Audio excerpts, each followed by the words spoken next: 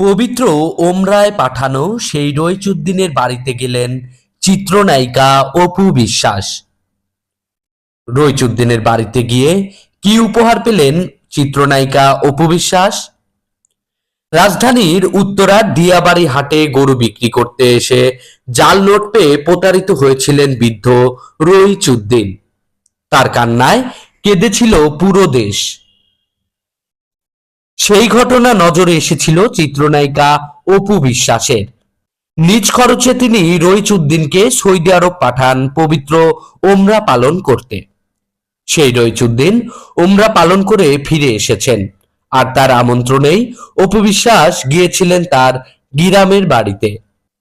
অপুর Facebook ID থেকে একটি লাইভ করা হয়, যেখানে অপু বিশ্বাসকে রইচুদ্দিনের বাড়িতে প্রবেশ করতে দেখা যায়। এ সময় তার সঙ্গে বেশ কয়েকজন ছিলেন। রইচুদ্দিনকে দেখা যায় অপু বিশ্বাসকে অভ্যর্থনা জানিয়ে বাড়িতে নিয়ে যাচ্ছেন। আশেপাশের মানুষজনও অপু বিশ্বাসকে দেখতে ভিড় জমাচ্ছেন। লাইভের ক্যাপশনে অপু বিশ্বাস লিখেছেন, রইচুদ্দিন চাচার সাথে সাক্ষাৎ। অপুর লাইভে মন্তব্য করতে দেখা গিয়েছে অনেক ভক্ত অনুরাগীকে। কেউ লিখেছেন, ভালোবাসার একটি মানুষ। কারো মন্তব্য, অনেক অনেক শুভেচ্ছা ও ভালোবাসা রইল, ভালো থাকুন। অপুকে ধন্যবাদ জানিয়ে কেউ লিখেছেন, আপনাকে অনেক অনেক ধন্যবাদ দিদি।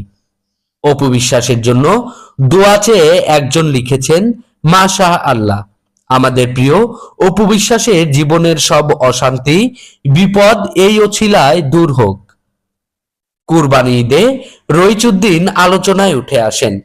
নাটোরের সিংড়া উপজেলার পাকুড়িয়া গ্রামের এই বৃদ্ধ উত্তরার দিয়াবাড়ি কুরবানির হাটে নিজের পোষা গরু বিক্রি করতে এসেছিলেন, কিন্তু এক প্রতারক ক্রেতার কাছ থেকে 1,23,000 টাকা পেলেও এর মধ্যে 1,21,000 টাকা ছিল জাল নোট।